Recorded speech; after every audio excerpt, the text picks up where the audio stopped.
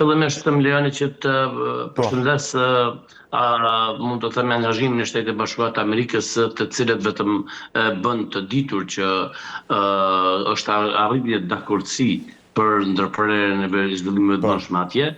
Është një lajm i mirë që SBA sërish ka mundësi që të ushtrojë ndikimin e saj tek Tel Avivi zyrtar për të ndërmarrë veprimet e nevojshme në lidhje me ndërprerjen e këtyre veprimeve të mëshme atë pjesë. Ndërsa sa i përket çështjes në fjalë, sa i përket çështjes së nisjes së zhvillimeve,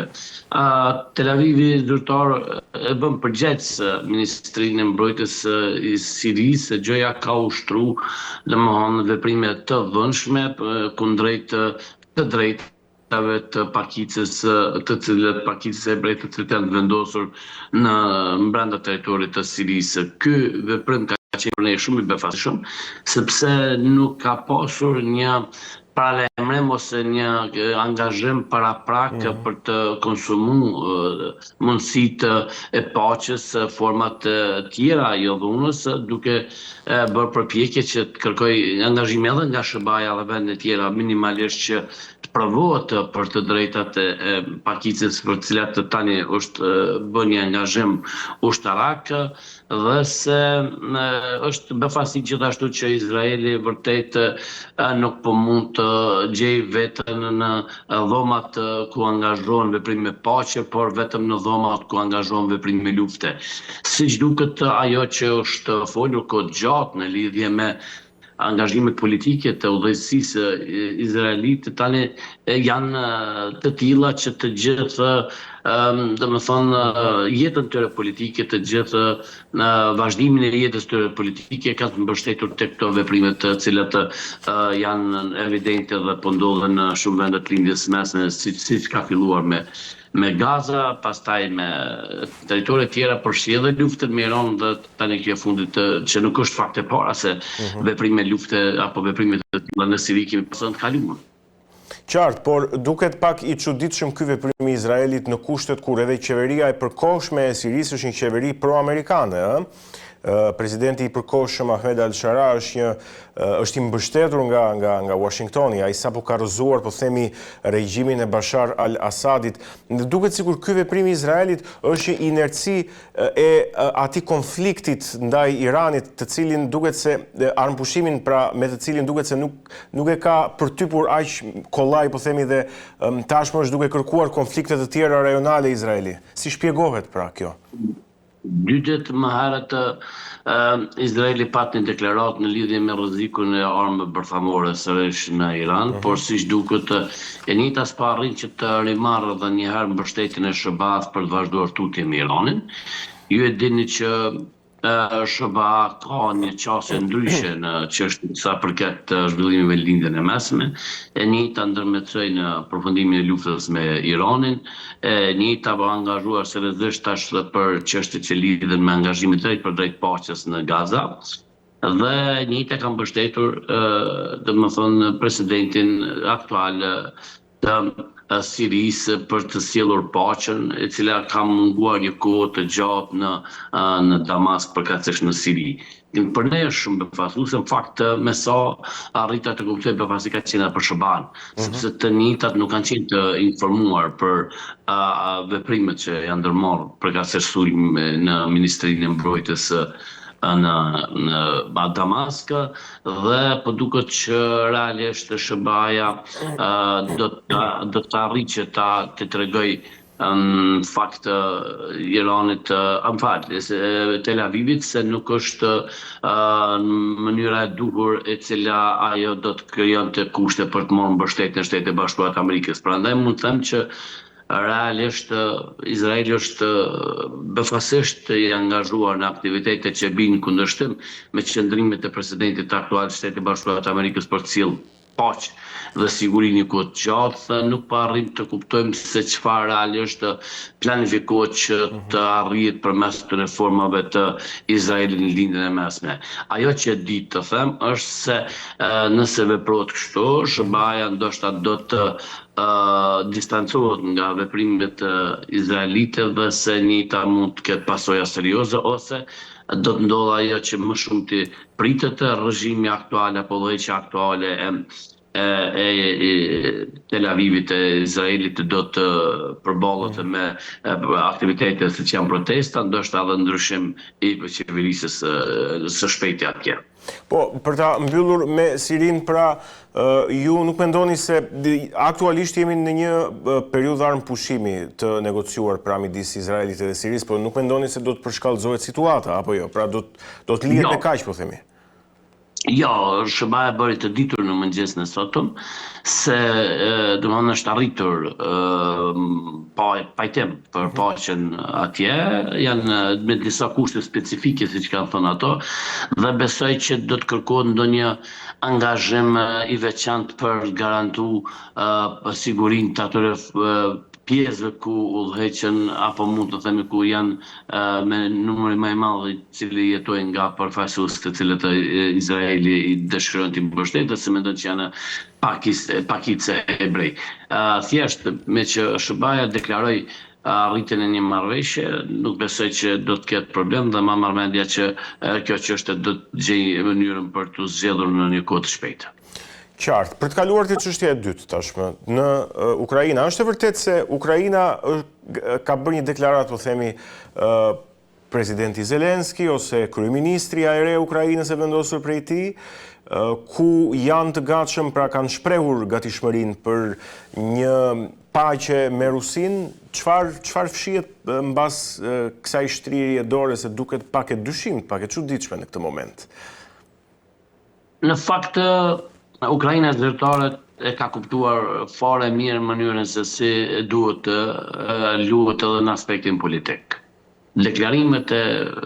domthonë Kievit zyrtar korrespondojnë me angazhimet e SBA-ve dhe forcave të cilat e kanë mbështetur luftën atje, në lidhje me ofrimin e mundësisë uljes në tavolinë për çështën e paqes. Dhe kjo siç duket është duke u bërë pikërisht duke pasur në konsiderat që Putin jo që nuk është i gatshëm që të shkojë tutje rreth paqes, po i njëjti ka plane të tjera dhe në këtë aspekt ndoshta udhëheqësi ukrainas apo udhëheqësia ukrainase po tenton që të veprojë në mënyrë diplomatike duke kriju favore Kievit zyrtar për mbështetjet që pritet në të ardhmen të vinë. E keni parë që ka pas një lloj mendimi mjaft të madh në taborin e palëve që ndihmojnë Ukrainën, se jo saktësisht Ukraina ka bërë përpjekje të duhura për të mbyllur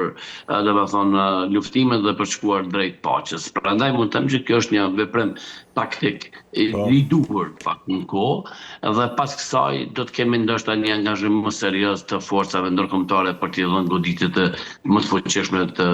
Moskës zyrtare. Jo që pat një deklarim rreth çështjes së raketave Patriot të SBA-s dhe besoj që SBA-ja do të mundohet që partnerit saj t'i kërkoj fillimisht mundësi për të ulur në tavolinë për paqe dhe nëse jo, atëherë lehtësisht mund të thojmë se është tjera mundësitë apo pamundësohet çështja e tavolinave dhe vazhdohet mbështetja më e fuqishme kundrejt Kievit zyrtar dhe ndoshta edhe një goditje e cila do të bindë Putinin se është momenti që të merren masa për të ulur në tavolinë dhe për të mbyllur çështjet që lidhen me luftën atje. Ndërkaq unë thash që Ukraina prej 2 ditësh ka dhe një kryeministre të re, e arritur si një negocim sa i takon çështjeve të mineraleve të rralla me Shtetet e Bashkuara të Amerikës. A përfaqëson ky ndryshim në qeverinë e Ukrainës një momentum tjetër sa i takon luftës me Rusinë? Janë dhe deklaratat e fundit të presidentit Trump, ka ndryshuar, po vjen një kthesë e madhe, si të thuash, ose të paktën ky është perceptimi që krijohet në publik prej deklaratave. Pra, nga një kritik ndaj Ukrainës në një mbështetje të Ukrainës, po themi, nga ana e presidentit Trump. E para, domethënë, administrata Trump i kishte kërkuar Kievit zyrtar që në krye të qeverisë të sillet një politikan i cili do të kishte më mbështetje më të fuqishme të SBA-s, mund të themi e referuara apo e mbështetura e SBA-s në Ukrainë tani udhëheq me qeverinë atje, një mundësi e re e Ukrainës për vazhduar çështën e mbështetjes që SBA ka kërkuar në lidhje me mineralet në Ukrainë, sepse siç dihet presidenti i SBA-s ka bërë të ditur që SBA duhet të kenë një kundërvlerë të angazhimeve të tyre në Ukrainë. Edhe tani kjo negociatore e re, e cila udhëheq qeverinë e Kievit, do të jetë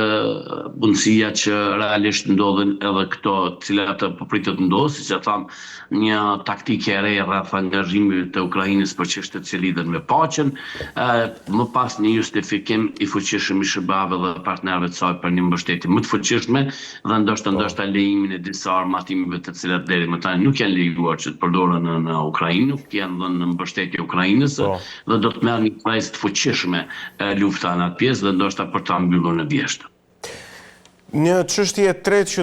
doja të diskutoja është një deklaratë ose një kthes e Kinës tashmë sa i takon marrëdhënies me Bashkimin Evropian, me kontinentin e vjetër. Ne dim që midis Kinës dhe Evropës ka pasur të paktën vitet e fundit tensione dhe deklarata dhe gjithashtu sanksionet të ndërsjellta. Megjithatë, Kina dhe Parlamenti Evropian kanë vendosur të normalizojnë marrëdhëniet përpara një samiti që pritet të mbahet pikërisht në fund të këtij muaji, në fund korrikut. Pyetja që unë do doja t'ju bëja në raport me Kinën është çfarë ka ndryshuar sa i takon qasjes që ka ndaj Evropës? Është vërtet që Kina në vazhdimsi ka mbështetur veprimet që bin kundërshtim me Bashkimin Evropian dhe Shtetet Bashkuara të Amerikës, përfshi këto edhe aktivitetet që lidhen me sigurinë ekonomike apo që lidhen me çështjet e shkëmbimeve tregtare dhe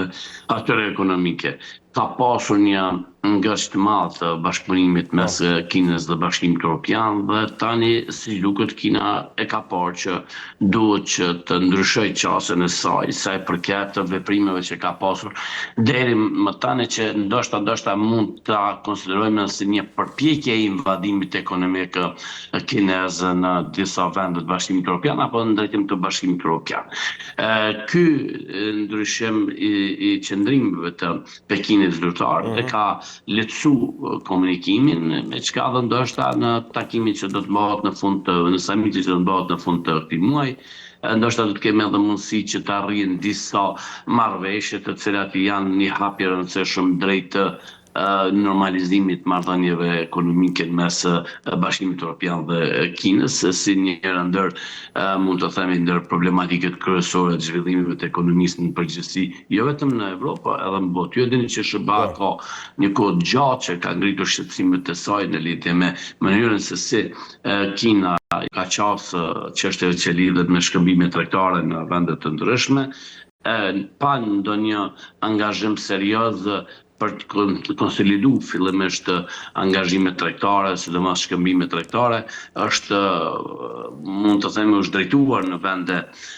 të ndryshme të Bashkimit Evropian me çështjet që lidhen me shkëmbimet tregtare dhe duke bërë kështu në farë mund të themi një goditje të fuqishme të ekonomisë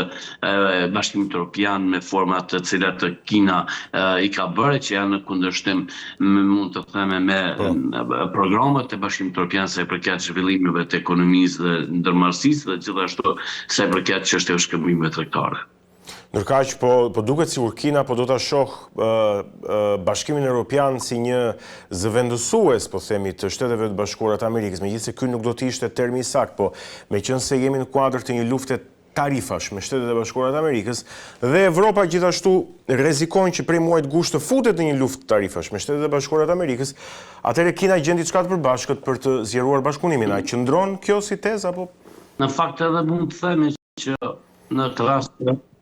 po. Në këtë fakt ndoshta edhe mund të themi se Bashkimi Evropian po e shfrytëzon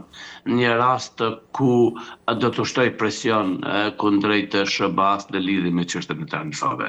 Dhe pikërisht edhe ky summit, po ky takim që do të bëhet në fund të korrikut është edhe një lloj mesazhi që i dërgohet SBA-s për të ndërmarrë veprimet e tyre në lidhje me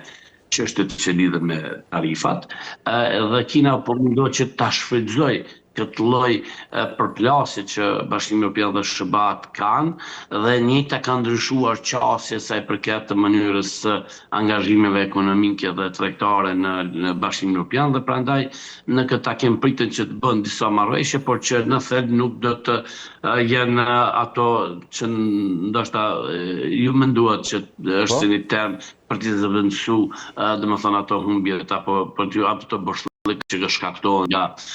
marrëdhëniet e reja me Bashkimin Evropian dhe SBA-n se përket tarifave. Ndoshta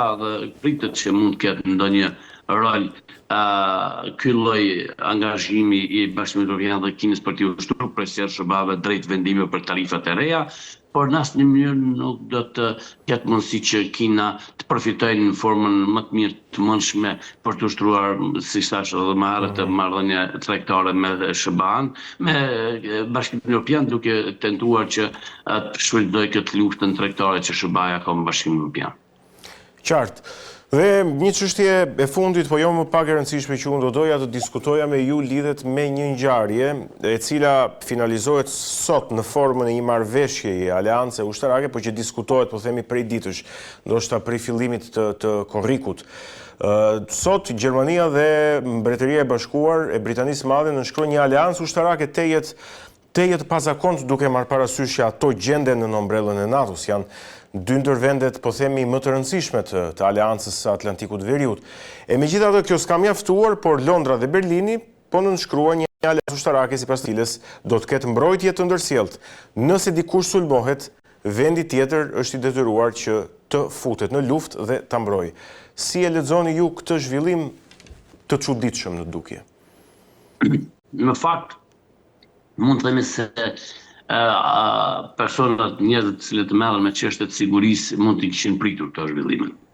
Ne referohemi në një pesë të angazhimeve të vendeve i cili organizon marrëdhëniet e shteteve anëtare të NATO-s. Nuk është mjaftueshëm i sqarueshëm në situata në rast se do të kemi një angazhim të shteteve të ndryshme kundrejt një shteti tjetër, se si ky nën i marrëdhënieve mes vendeve që është në kodër të normativeve të NATO-s do të kishte angazhime të drejtë për drejta. Pastaj ju e dini që zhvillimet e reja në çështjet që lidhen me investimet reja